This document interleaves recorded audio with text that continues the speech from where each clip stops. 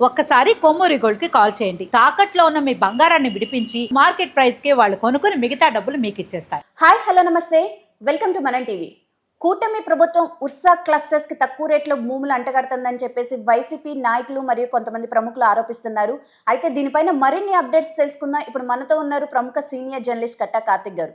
నమస్తే సార్. నమస్తే రమ్య. గతంలో చూసుకుంటే జగన్మోహన్ రెడ్డి గారు టీసీఎస్ కంపెనీకి కేవలం 99 పైసలకే భూములు రెంట్కి ఇస్తున్నారు అని చెప్పి ఆరోపించారు. మళ్ళీ ఇప్పుడు జగన్మోహన్ రెడ్డి గారితో పాటు నాయకులు కూడా అంటున్నారు తక్కువ రేటుకే ఉర్సా క్లస్టర్స్ కి భూములు అంటగడుతున్నారు అని. ఈ వైసీపీ నాయకులు చేసే ఆరోపణలో ఎంతవరకు నిజముంది? ఎస్, వైసీపీ నాయకులు కానీ కొంతమంది ప్రముఖుల పేరుతో చలామణవుతున్నటువంటి వ్యక్తులు కానీ ఈ మధ్య పదే పదే చేస్తున్న విమర్శలు ఏంటంటే కూటమి ప్రభుత్వం అధికారంలోకి వచ్చిన తర్వాత వైజాగ్లో ల్యాండ్స్ చాలా కోట్ల రూపాయల విలువ ఉన్నటువంటి ల్యాండ్స్ చాలా తక్కువ రేటుకి కంపెనీలకు అప్పచెప్తున్నారు అని చెప్పేసి. ఫర్ ఎగ్జాంపుల్ జగన్మోహన్ రెడ్డి గారు చేసిన ఆరోపణ ఏంటంటే టీసీఎస్ కంపెనీ, ఆ టీసీఎస్ కంపెనీకి ఎకరం 99 పైసలకే భూములు రెంట్కి ఇచ్చారు అని చెప్పేసి జగన్మోహన్ రెడ్డి గారు ఆరోపణ చేశారు. ఇవాళ టీసీఎస్ అనేది దేశీయంగా అంతర్జాతీయంగా చాలా ప్రముఖ ఐటీ సంస్థ.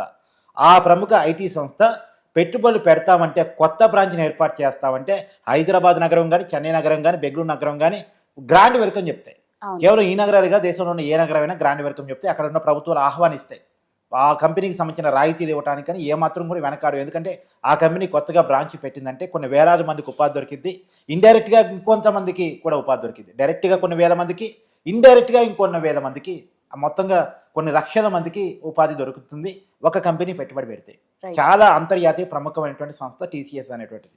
ఇవాళ అలాంటి సంస్థ ఇవాళ వైజాగ్ వచ్చిందంటే ఆంధ్రప్రదేశ్ ప్రభుత్వానికి ఎంత గుడ్ విల్. ఇవాళ టీసీఎస్ వైజాగ్లో పెట్టుబడి పెడుతుందంటే దాని ద్వారా ఇతర ఐటీ కంపెనీని ఆకర్షించవచ్చు కదా. ఇవాళ నేషనల్ ఇంటర్నేషనల్ పేపర్స్లో కూడా టీసీఎస్ కంపెనీ వైజాగ్లో ల్యాండ్ అవుతుందనే వార్త ప్రచురితమైంది. అది ఎంత బ్రాండింగ్ తీసుకొచ్చి పెట్టింది ఆ వైజాగ్కి, ఇది కదా మనం ఆలోచించాల్సింది. మరి అలాంటి సంస్థను తొందరగా ఆకర్షించాలంటే 99 పైసలకి ఎకరం ఇవ్వటం ద్వారా ఆంధ్రప్రదేశ్ ప్రభుత్వం పరిశ్రమను విపరీతంగా ఆకర్షిస్తుంది, అక్కడ రాయితీలు ఇవ్వబడుతున్నాయి, మనం అక్కడ పెట్టుబడి పెట్టుకోవచ్చు హ్యాపీగా అనేటువంటి ఒక గుడ్ విల్ సంపాదించుకోవడానికి అక్కడ ఉన్న ప్రభుత్వం ప్రయత్నం చేసింది. ఫర్ ఎగ్జాంపుల్ చెప్తా ఒక్క నిమిషం. తర్వాత ఉర్సా కంపెనీ ఉంది. ఫర్ ఎగ్జాంపుల్ గొడవలో ఉన్నటువంటి కంపెనీ, అంటే వైసీపీ గొడవ చేస్తున్నటువంటి కంపెనీ. ఉర్సా కంపెనీకి చాలా చౌకగా భూములు ఇచ్చారని చెప్పేసి వైసీపీ గగ్గోలు పెడతా ఉంది. ఇంతకీ చౌకగా ఇచ్చారా లేదో ఒకసారి పరిశీలించే ప్రయత్నం చేద్దాం. ఈ ఉర్సా కంపెనీకి ఆ data centre plus IT company, data సెంటర్కి ఏమో 56 ఎకరాలు ఇచ్చారు. ఎంతకి ఇచ్చారు? ఎకరం 50 లక్షలకి ఇచ్చారు. తర్వాత ఐటీ కంపెనీకి ఏమో ₹1 కోటి 3 ఎకరాలు ఇచ్చారు. ఇది ఇచ్చింది. ఈ ఉర్సా కంపెనీ అనేటువంటిది ఇప్పుడు ఏ టెక్నాలజీని డెవలప్ చేయబోతా ఉంది. ఏ టెక్నాలజీ అనేటువంటిది కొత్త టెక్నాలజీ, ఇప్పుడిప్పుడే డెవలప్ అవుతున్న టెక్నాలజీ. ఇది ప్రపంచానికి పరిచయం అయింది ఈ మధ్య కాలంలో. దీనికేమీ కొన్ని దశాబ్దాల కాలం అనుబంధం లేదు ఏ టెక్నాలజీకి. ఇప్పుడు ఆ కంపెనీకి ఎప్పటి నుంచో మార్కెట్లో ఉండాలి కదంటే ఆ ఏ టెక్నాలజీ వచ్చిందే కొత్తగా, దాంట్లో పెట్టుబడులు పెట్టే కంపెనీకి ఎక్స్పీరియన్స్ ఉండవు. ఎందుకుండవు? ఎప్పుడు దశాబ్ద కాలం నుంచి ఏ టెక్నాలజీ లేదు కాబట్టి ఉండవు. ఏ టెక్నాలజీ కొత్త టెక్నాలజీ కాబట్టి దాన్ని అడాప్ట్ చేసుకొని దాన్ని డెవలప్ చేసేటువంటి కంపెనీలు అన్నీ కూడా కొత్త కంపెనీలు అవుతాయి. ఇప్పుడు ఉర్సా కంపెనీ పెట్టింది ఎవరు? మన వాళ్ళు పెట్టారు. దాన్ని వాళ్ళకి అమెరికన్ మార్కెట్ వాల్యూలో $100 బిలియన్ పర్ ఇయర్ వాళ్ళకి రెవెన్యూ ఉంది. ఆ స్థాయి ఉన్నటువంటి కొంతమంది కలిసి ఉర్సా కంపెనీని ఏర్పాటు చేసి వాళ్ళు ఆంధ్రప్రదేశ్లోనే పెట్టుబడి పెడదామని వస్తూ ఉంటే వాళ్ళకి భూములు అప్పచెప్తే గొడవలు పెడతా ఉన్నారు. చాలా చౌకగా ఏం అప్పచెప్పలే, మళ్ళీ చెప్తున్నా, వాళ్ళకి చౌకగా భూములు ఏమి అప్పచెప్పలే. 50 లక్షలు ఫర్ ఎకరం డేటా సెంటర్కి, ₹1 కోటి ఫర్ ఎకరం ఐటీ కంపెనీకి అప్పచెప్పారు. మరి ఎక్కడ చౌకగా అప్పచెప్పినట్టు? ఏదో ఉచిత ప్రచారాలు, అసత్య ప్రచారాలు ఎందుకు చేస్తున్నారు? ఇంకోటి ఏం చెప్తారు, వాళ్ళ వైసీపీ పేపర్లోనే, సాక్షి పేపర్లో రాస్తారు 150 కోట్ల విలువైన భూమిని టీసీఎస్కు 99 పైసలకి అప్పచెప్పారంటారు. కానీ ఇక్కడ ఒక అభినందించాల్సిన విషయం ఏంటంటే, వైసీపీని కూడా అభినందించాల్సిన విషయం ఏంటంటే, ఇప్పుడు 150 కోట్లు పర్ ఎకర్ వైజాగ్లో రేటు ఉందని చెప్పేసి ఎవరు ఒప్పుకుంటున్నారు? వైసీపీ వాళ్ళ అఫీషియల్ మీడియాలో ప్రచారం ద్వారా ఒప్పుకుంటుంది. అంటే కూటమి ప్రభుత్వం అధికారంలోకి వచ్చిన తర్వాత, ఒకప్పుడేమో జగన్మోహన్ రెడ్డి గారు వైజాగే రాజధాని అని చెప్పినా కానీ ఇంత రేటు రాలే. కానీ కూటమి ప్రభుత్వం వచ్చేసరికి ఈ 150 కోట్లు ఎట్టగాగలింది ఎకరం?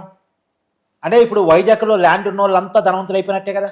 మిడిల్ క్లాస్ వాళ్ళు, ఇల్లు కట్టుకున్న వాళ్ళు, అక్కడ నివాసం ఉంటున్న వాళ్ళంతా కూడా వాళ్ళకి అంత ల్యాండ్ రేట్ పెరిగిందని వైసీపీ ఒప్పుకుంటున్నట్టు కదా. ఇవాళ వైజాగ్ డెవలప్మెంట్ని వైసీపీ ఒప్పుకుంటుంది. ఇప్పుడు ఏదో టీసీఎస్కి 22 ఎకరాలు ఇచ్చిందని గొడవ పక్కన పెట్టేస్తే, ఉర్సా క్లస్టర్స్కి 50 ఎకరాలు ఇచ్చిందనేటువంటి గొడవ పక్కన పెట్టేస్తే వైజాగ్లో విపరీతమైన అభివృద్ధి పెరిగింది, ల్యాండ్ రేట్ విపరీతంగా పెరిగింది, అది కూటమి అభివృద్ధి చూసి అని చెప్పేసి ఇండైరెక్ట్గా వైసీపీ ఒప్పుకుంటుంది. అవును. దీన్ని మనం క్లియర్గా చూడాలి. సో నిజానికి ఇంకా లోతుల్లోకి వెళ్ళి ప్రయత్నం చేద్దాం. Yes. ఇవాళ ఇక్కడ ఉషా కస్టర్స్ అయినా లేదు టీసీఎస్ అయినా ఐటీ కంపెనీలు. ఒకప్పుడు హైదరాబాద్లో మైక్రోసాఫ్ట్ పెట్టుబడి పెట్టేనాటికి మైక్రోసాఫ్ట్కి ఎక్కడ కూడా కార్యాలయాలు లేవు, సంస్థలు లేవు. ఆ రోజు చాలా చౌకగా మైక్రోసాఫ్ట్ని చంద్రబాబు నాయుడు గారు అధికారంలో ఉన్నప్పుడు ఆయన పిలిచి హైదరాబాద్లో భూములు చెప్పారు. ఆ రోజుల్లో కూడా ఇంతే గొడవ చేశారు. అప్పుడు రాజశేఖర రెడ్డి గారు గొడవ. కానీ ఇవాళ మైక్రోసాఫ్ట్ హైదరాబాద్కి రావటం ఫలితంగా ఎంత హైదరాబాద్ అభివృద్ధి చెందింది. ఇవాళ మైక్రోసాఫ్ట్ చిన్న కంపెనీ అని అంటావా? ఒకప్పుడు చిన్న కంపెనీయే. మరి చంద్రబాబు నాయుడు గారు హైదరాబాద్లో ల్యాండ్ ఇచ్చే నాటికి మైక్రోసాఫ్ట్కి పెద్ద ఎక్స్పీరియన్స్ ఏం లేదు, పెద్ద కార్యాలయాలు సంస్థలు ఏం లేవు. అప్పుడు హైదరాబాద్లో ఫస్ట్ టైం పెట్టుబడి పెట్టడం, ఫస్ట్ టైం మైక్రోసాఫ్ట్ హైదరాబాద్ రావటం, చాలా చౌకగా భూములు ఇచ్చారు. కానీ మైక్రోసాఫ్ట్ హైదరాబాద్ వచ్చిన తర్వాత ఐటీ కంపెనీలు అన్నీ హైదరాబాద్ వస్తున్నాయని ఒక బ్రాండింగ్ బయటకు వెళ్ళిపోయింది. దాని ద్వారా మిగతా ఐటీ కంపెనీలు కూడా ఆకర్షించబడ్డాయి. దానివల్ల ఇవాళ హైదరాబాద్ అనేది ఐటీ హబ్గా ఉందా లేదా? ఇవాళ చంద్రబాబు గారి పేరు చెప్పుకుంటున్నామా లేదా? ఇవాళ మనం పక్కన పెట్టేస్తే ఇవాళ కాంగ్రెస్ అధికారం ఉంది. రేవంత్ రెడ్డి గారు చంద్రబాబు నాయుడు గారు హైదరాబాద్కి బ్రాండింగ్ ఇచ్చారని చెప్తాడా లేదా? కేటీఆర్ కూడా చెప్పాడా లేదా? రాజకీయంగా చంద్రబాబు నాయుడుతో విభేదించే కేటీఆర్ కూడా చంద్రబాబు నాయుడు హైదరాబాద్ చేసిన సర్వీస్ని ఒప్పుకుంటారు. అందరూ ఒప్పుకొని తీరుతారు. ఇవాళ అదే పని వైజాగ్లో జరుగుతుంది. ఇప్పుడు మనం ఎకరం 99 పైసలకే ఇచ్చారన్న దాన్ని చూడద్దు, మనం కాకపోతే ఇంకోటి ఇస్తాడు. ఇప్పుడు ఎగ్జాంపుల్ నీకు విషయం చెప్తాను. బెంగాల్లో నానో కంపెనీ పెట్టాడు టాటా, కార్ల కంపెనీ. ₹1,00,000కే కార్ అని చెప్పేసి అదొక టైంలో పెద్ద వైరల్ పాయింట్ అసలు. యాక్చువల్గా ఒక రకంగా కొత్త టెక్నాలజీ వస్తుంది, ₹1,00,000కే కార్ వస్తుంది, ప్రతి ఇంట్లో కూడా కారు ఉండబోతుంది అని దేశం మొత్తం అనుకున్నటువంటి టైం అది. ఆ టైంలో బెంగాల్లో గొడవలు జరిగినాయి ల్యాండ్ ఇవ్వడానికి. అప్పుడు గుజరాత్లో మోడీ గారు ముఖ్యమంత్రిగా ఉన్నారు. సరే గుజరాత్లో గొడవ జరుగుతుంది కదా, నేను ₹1 ల్యాండ్ ఎకరం ఇస్తానని చెప్పేసి మోడీ గారు పిలిచారు ఆ రోజు నానోని. సరే ఆ రోజు కూడా అవతల ఉన్నటువంటి పార్టీలు పెద్ద గొడవ, రూపాయికి ఎందుకు ఇస్తున్నారు అని చెప్పేసి. కానీ ఇచ్చారు మోడీ గారు. ఆ నానో ఫ్యాక్టరీ గుజరాత్లో పెట్టడం ఫలితంగా ఆ నానో కంపెనీతో పాటు అనేక అనుబంధ సంస్థలు కానీ లేదో ఇతర సంస్థలు కానీ ఆకర్షించబడ్డాయి. ఇవాళ గుజరాత్ అనేది పారిశ్రామిక వాడగా చెప్పుబడతా ఉంటారు, పారిశ్రామిక కేంద్రంగా చెప్తా ఉంటారు. సరే ఒక పరిశ్రమ దాని అనుబంధ పరిశ్రమని ఆకర్షిస్తుంది, తర్వాత ఇతర కంపెనీని ఆకర్షిస్తుంది. ఇప్పుడు ఉషా కంపెనీ వల్ల 15,000 ఉద్యోగాలు వస్తాయి, తర్వాత టీసీఎస్ కంపెనీ వల్ల 12,000 ఉద్యోగాలు వస్తాయి. ఈ 12,000 ఉద్యోగాలతో పాటు ఈ 12,000 కుటుంబాలు కదా, ఇక్కడ 15,000 ఉద్యోగాలతో పాటు 15,000 కుటుంబాలు కదా. ఈ 15,000 కుటుంబాలు, ఈ 12,000 కుటుంబాలు, ఈ రెండింటికి అనుసంధానంగా వీళ్ళకి పానీపూరి అమ్మేవాడు లేదా ఇంకో టిఫిన్ సెంటర్, ఈ మొత్తం అనుబంధంగా చాలా మందికి ఉపాధి దొరికింది, తెలియకుండా ఉపాధి దొరికింది. రైట్. అయితే ఇప్పుడు మీరు గతంలో చూసుకుంటే, మీరు అనేదాన్ని బట్టి చూస్తే జగన్మోహన్ రెడ్డి గారు గతంలో ఏ కంపెనీని ఆంధ్రప్రదేశ్ రానివ్వకపోవడానికి కారణం భూములు ఇవ్వాల్సి వస్తుంది అన్న. జగన్మోహన్ రెడ్డి గారు భూములు ఇవ్వకుండా ఏమి లేడు. జగన్మోహన్ రెడ్డి గారు కానీ వాళ్ళ తండ్రి రాజశేఖర రెడ్డి గారు కానీ, ఎగ్జాంపుల్ చెప్తున్నా, ఇప్పుడు జగన్మోహన్ రెడ్డి గారు రుషికొండ ప్యాలెస్ కట్టుకున్నారు, ఎన్ని ఎకరాల్లో కట్టుకున్నారు? అలా ఇప్పుడు చంద్రనాయుడు గారు కట్టుకోలేదుగా. ఆయన భూములు ఇస్తే టీసీఎస్కి ఇచ్చారేమో, ఇస్తే ఉషా కంపెనీకి ఇచ్చారేమో, కానీ తన ప్యాలెస్లు అయితే కట్టుకోలేదుగా. వైజాగ్ భూముల్లో ఆక్రమించుకొని పెట్టుకోలేదు కదా. రాజశేఖర రెడ్డి గారు అధికారంలో ఉన్నప్పుడు, ముఖ్యమంత్రిగా ఉన్నప్పుడు 2009లో వాళ్ళ సిస్టర్ విమలాదేవికి, ఇప్పుడు జగన్మోహన్ రెడ్డి గారికి మేనత్త అవుతుంది, ఆవిడకి దగ్గర 6 ఎకరాలు ఏమో 6 ఎకరాలు చేంజ్ ఇచ్చారు. అది ఇవాళ 100 కోట్ల రూపాయల భూమి. ఇవాళ 100 కోట్ల రూపాయల 300 కోట్ల రూపాయల భూమి, 300 కోట్ల రూపాయల భూమిని ఆ రోజుల్లో 1,50,00,000 ఇవ్వచ్చన్నారు కలెక్టర్ సిఫారు చేస్తే 25 లక్షలకు ఇచ్చారు. అక్కడ కలెక్టరు, వైజాగ్ కలెక్టరు, సరే 1,50,00,000 ఇవ్వచ్చు సార్ అంటే, లేదు మా చెల్లె 25 లక్షలకు ఇచ్చామని చెప్పేసి 25 లక్షలకు ఇచ్చినటువంటి పరిస్థితి. సెయింట్ లూక్స్ పేరుతోటి ఒక మైనార్టీ ఎడ్యుకేషన్ సొసైటీ నడుపుతున్నారు అక్కడ. మరి ఆ మైనార్టీ ఎడ్యుకేషన్ సొసైటీ ఏం చేస్తుందో నాకు తెలియదు, కానీ ఆ పేరుతో 25 లక్షల రూపాయలకే భూములు అప్పచెప్పిన పరిస్థితి. 300 కోట్ల రూపాయలు విలువైన. అట్లా చంద్రబాబు నాయుడు గారు అప్పచెప్పలేదుగా.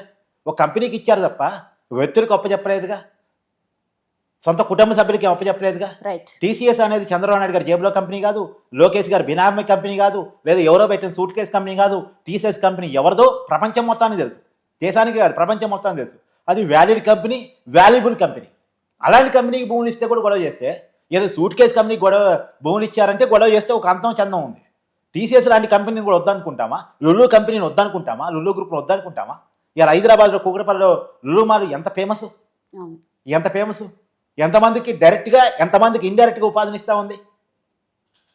అంటే ప్రతి దాన్ని అడుకునే ప్రయత్నం జగన్మోహన్ రెడ్డి గారు ఉన్నప్పుడు కంపెనీని పారదోరటం తప్ప కంపెనీని ఆకర్షించడం చేయలేదు. ఇప్పుడు ఎగ్జాంపుల్ ఆయన పారదోర కంపెనీని చెప్పాలంటే ఇంత రీచ్ చెప్పొచ్చు.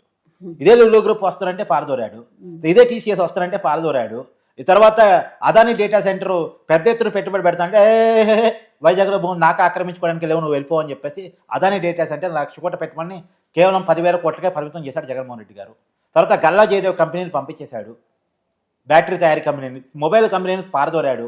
తర్వాత కియా ఫ్యాక్టరీ ఏమో చంద్రబాబు నాయుడు ఉన్నప్పుడే పెట్టారు, కియా కార్ల ఫ్యాక్టరీ అనంతపురంలో.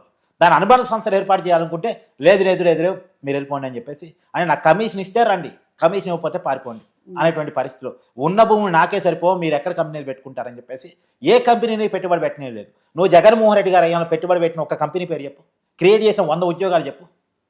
ఏం లేవు. మరి అది పరిస్థితి.